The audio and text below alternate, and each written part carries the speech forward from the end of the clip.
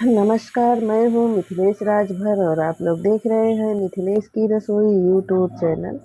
आज हम इस वीडियो में बनाएंगे गेहूं के आटे से चीला। अगर हमारी वीडियो पसंद आती है तो एक लाइक कीजिएगा, शेयर कीजिएगा और हमारे चैनल पर नए हैं तो हमारे चैनल को सब्सक्राइब कर लीजिएगा। साथ में नोटिफिकेशन बेल को दबाकर ऑल पर क्लिक कर दीजिएगा ताकि नई वीडियो की नोटिफिकेशन आपको हमेशा मिलती रहे। धन्यवाद। तो चलिए वीडियो को शुरू करते हैं। तो चलिए सबसे पहले चटनी बनाने का इंतज़ाम करते हैं। तो हमने एक कढ़ाई ले लिया है और ये इमली है। इमली जो है काफ़ी पुरानी है तो इसलिए काली पड़ गई है। तो इसको हमने कढ़ाई में डाल दिया। अब हम इसमें पानी डाल लेते हैं। अपने आवश्यकता अनुसार पानी डालेंगे। हमने 1 गिलास के जितना यानी 250 ग्राम के जितना पानी डाल दिया है।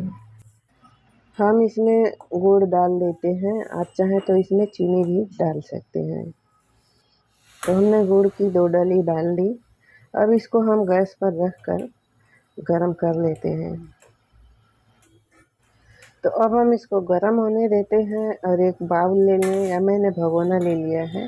तो हमने 1 कप आटा ले लिया है। बड़ा कप नहीं है, छोटा ही है। 100 ग्राम के जितना आटा है। हम इसमें अपने स्वाद के अनुसार नमक डाल देते हैं।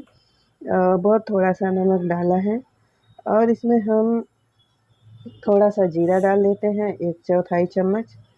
और ये हम 1 चुटकी जितना हल्दी डाल देते हैं। ये हमने लिया है। थोड़ा सा अजवाइन है, इसको हम और कम कर देते हैं। 1 चुटकी के जितना ही डालेंगे क्योंकि आटा बहुत कम है। तो इसको हाथ पर इस तरीके से क्रश कर लेंगे और फिर इसके बाद हम इसमें डाल देंगे। अब हम इसमें थोड़ा थोड़ा करके पानी डालेंगे और इसको एक पतला बैटर बना लेंगे। ज़्यादा पतला भी नहीं बनाएंगे और ज़्यादा थिक भी नहीं बनाएंगे।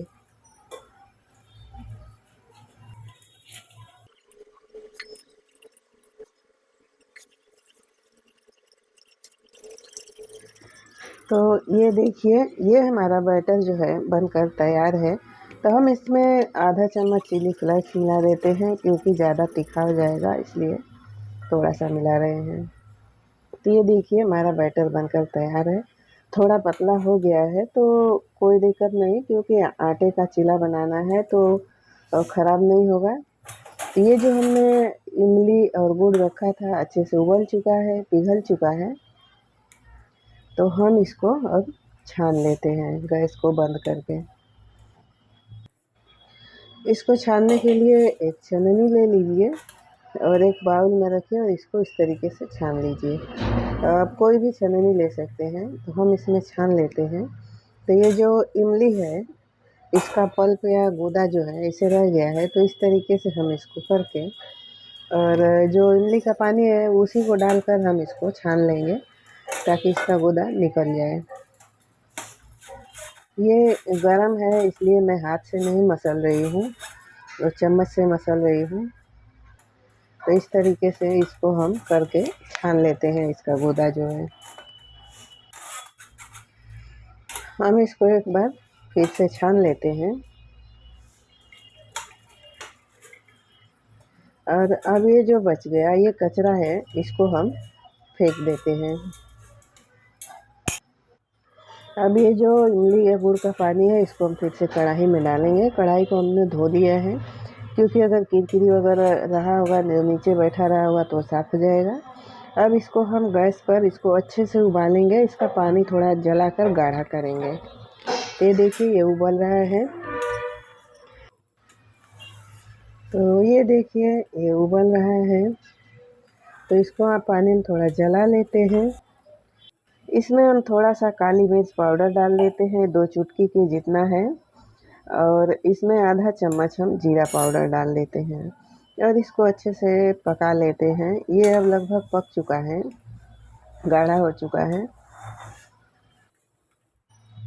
तो चलिए हम इसको कटोरी में निकाल कर दिखा देते हैं। तो देखिए इतना गाढ़ा हो चुका है, इतना परफेक्ट है क्योंकि ये जब ठंडा होगा तो और ज़्यादा गाढ़ा होगा।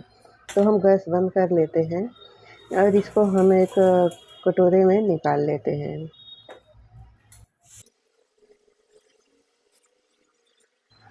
तो हमने इसको कटोरे में निकाल लिया है। तो चलिए अब गैस पर तवा रख कर गर्म कर लेते हैं और अब हम चीला बनाना शुरू करते हैं। कम तवे पर थोड़ा सा तेल लगा लेते हैं। अगर लोहे का तवा है तो उस पर ज़्यादा तेल लगाना पड़ेगा। तवे पर एक करछुल या एक चम्मच हम बैटर डालते हैं और इसको अच्छे से फैला लेते हैं। इसको आप अपने मनपसंद आकार में छोटा या बड़ा बना सकते हैं और भी बैटर डाल सकते हैं। तो इसको हमने फैला लिया है। अब इसको हम ऊपर से सूखने देते हैं और इसको पकाने के लिए हम लो मीडियम आंच पर पकाएंगे, ज़्यादा तेज़ आंच नहीं रहेगा। तो देखिए ऊपर से बिल्कुल सूख चुका है, तो हम इसको पलट लेते हैं।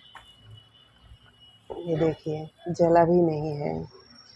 तो इसको हम फिर से एक मिनट तक रहने देते हैं, इसको पलट देते हैं। तो ये देखिए, तो इस तरीके से इसको अलट पलट कर अच्छे से सेक लेंगे। हमने इस पर ऊपर से ऑयल नहीं लगाया है, आप चाहें तो लगा सकते हैं और आप इसमें चाहें तो सब्जियां भी ऐड कर सकते हैं।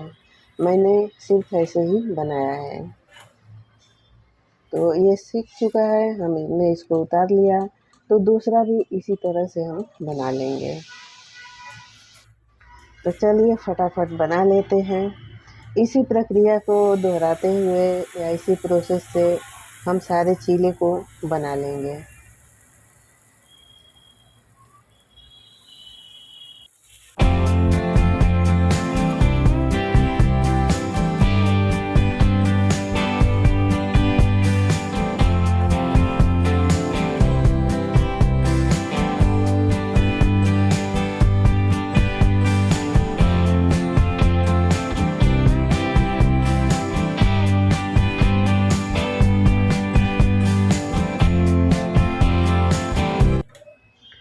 तो अब हमने सारे चीले को बना लिया है। तो ये लीजिए, हमारा चीला और इमली का चटनी बनकर तैयार है।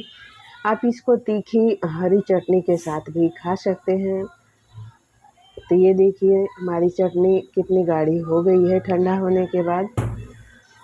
तो चीले को गर्मा गर्म सर्व कीजिए और हमारी वीडियो